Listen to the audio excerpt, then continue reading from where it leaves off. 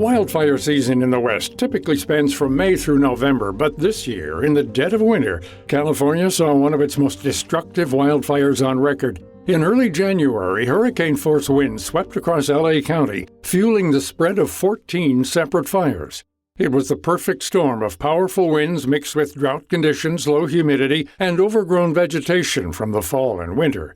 By month's end, more than 57,000 acres had burned. Over 18,000 buildings were piles of rubble and 30 people had lost their lives. The LA fires were the largest January fire event in the state's history, according to the California Department of Forestry and Fire Protection. The speed and intensity of the flames also caught many people off guard, and sadly, this is the new reality. Wildfires used to be contained to specific geographic areas and select seasons. Now, when and where these fires happen are much more unpredictable. On top of this, for firefighters on the front lines, they're still being asked to do more with less. One of those people was Kelly Ramsey. Starting in 2020, she spent 2 years on a hotshot crew in California. This is a small but highly trained and specialized team of firefighters that fight the most difficult and dangerous sections of a wildfire. You have to train, you train for the 6 months of the off season, hiking with at least 45 pounds, but usually more like 65, 70 pounds on your back, up really steep slopes, running sprints, push-ups, pull-ups, sit-ups, wall sits, weight training. So, you do this training montage for the 6 months of the off season, then you show up and train with the crew for a month, doing more of the same, but worse. And then the season starts, and you're not only hiking with that heavy gear, but you're either running a chainsaw as a sawyer who's clearing a bunch of brush and trees in order to create a fire break or a hand line, what we just call line. Or like me, you're in what's known as the dig, and you're digging with a hand tool for, 12, 16, sometimes 24 hours a day. And your assignments are usually 14 days at a time, and then you have 2 or 3 days off, and then you go out for 14 days again.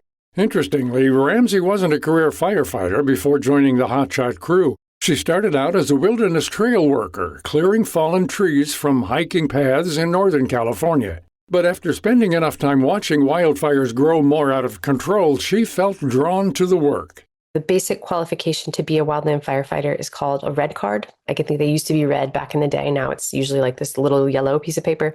But you get it by doing a bunch of classroom training, and then you have to do the pack test where you carry 45 pounds for 3 miles, and you have to complete it in under 45 minutes. You do that test and a number of other tests, and then you're qualified at the most basic level.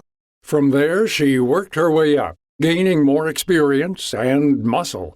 After some persistence, she eventually landed a spot on a hotshot crew of 20 firefighters. She was the only female on the team. Currently, women make up only about 5% of specialized wildfire crews. Ramsey says the hardest part was getting her fellow firefighters to treat her the same. Just a big part of it was really trying hard, going over the top to show them that I was a hard worker and that I was going to fight to be a faster hiker and better at digging. And, the more I did that, the more I sort of like bent over backwards trying to prove myself physically and mentally at the job, the more I could see that I earned their respect. And just as time passed and we started to become friends, things became a lot more comfortable. From there, the hard part began. Her first season was 2020, the worst fire year in California history. By the end of 2020, more than 33 people were dead, and 4.2 million acres and around 11,000 structures were burnt.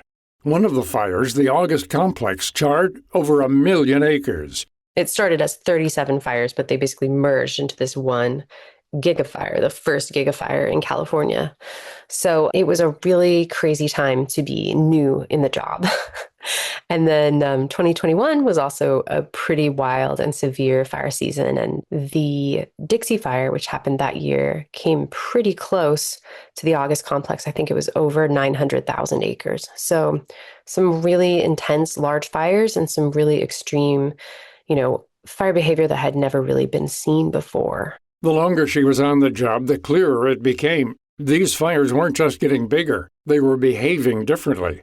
More unpredictable, faster, hotter, and cropping up all at the same time. Ramsey remembers one day where it felt like the punches just kept on coming. It was Labor Day 2020, and she was up in Northern California trying to slow down the August complex fire. We're doing what's called mop-up, which is when you try to cool off part of the fire that's already out. So we're doing mop-up. It's a relatively mild, tame assignment, but we're feeling this wind.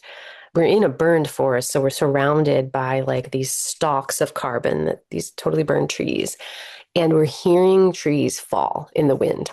And when a really big tree, like 100-foot Doug fir, when that falls, it sounds like a bomb has dropped and it shakes the earth. So already you're standing in this high wind and then you hear these like bombs and feel this shaking.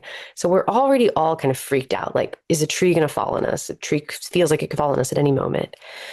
Then we start hearing that the fire we're on is putting up this huge smoke column, which usually is a sign that fire behavior is picked up and the fire is making a run. It's making a huge push.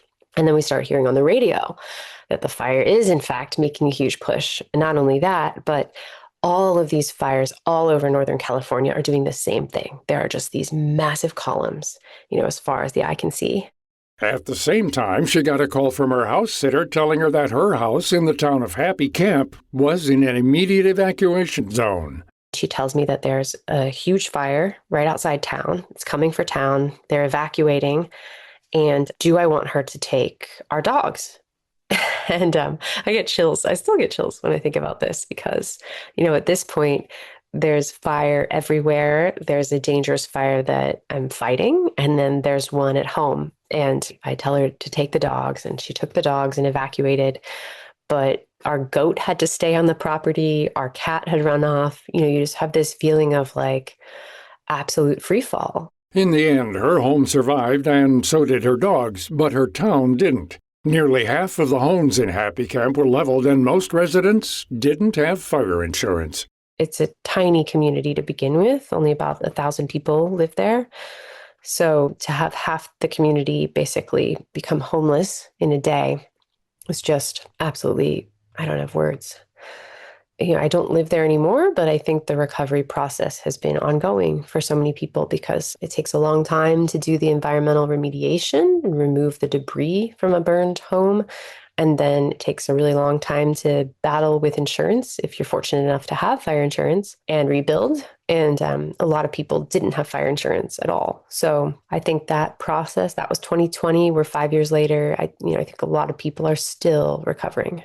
And these same devastating scenarios are happening all over the country. Wildfires are one of the biggest forces of destruction, yet despite the rising stakes, local and federal wildfire budgets are slowing. The number of fires across the country are already tracking 57% higher than the 10-year average, according to the Environmental Protection Agency. Meanwhile, agencies are lagging behind on taking proactive and reactive measures. Ramsey says one big proactive measure that scientists have called for is to strategically clear overgrown trees and brush. Our forests are really overgrown. They're super dense with brush, with trees, with what in firefighting we call fuels, because that all just is fuel for these massive wildfires. So it is urgent. It is beyond urgent. It is past due.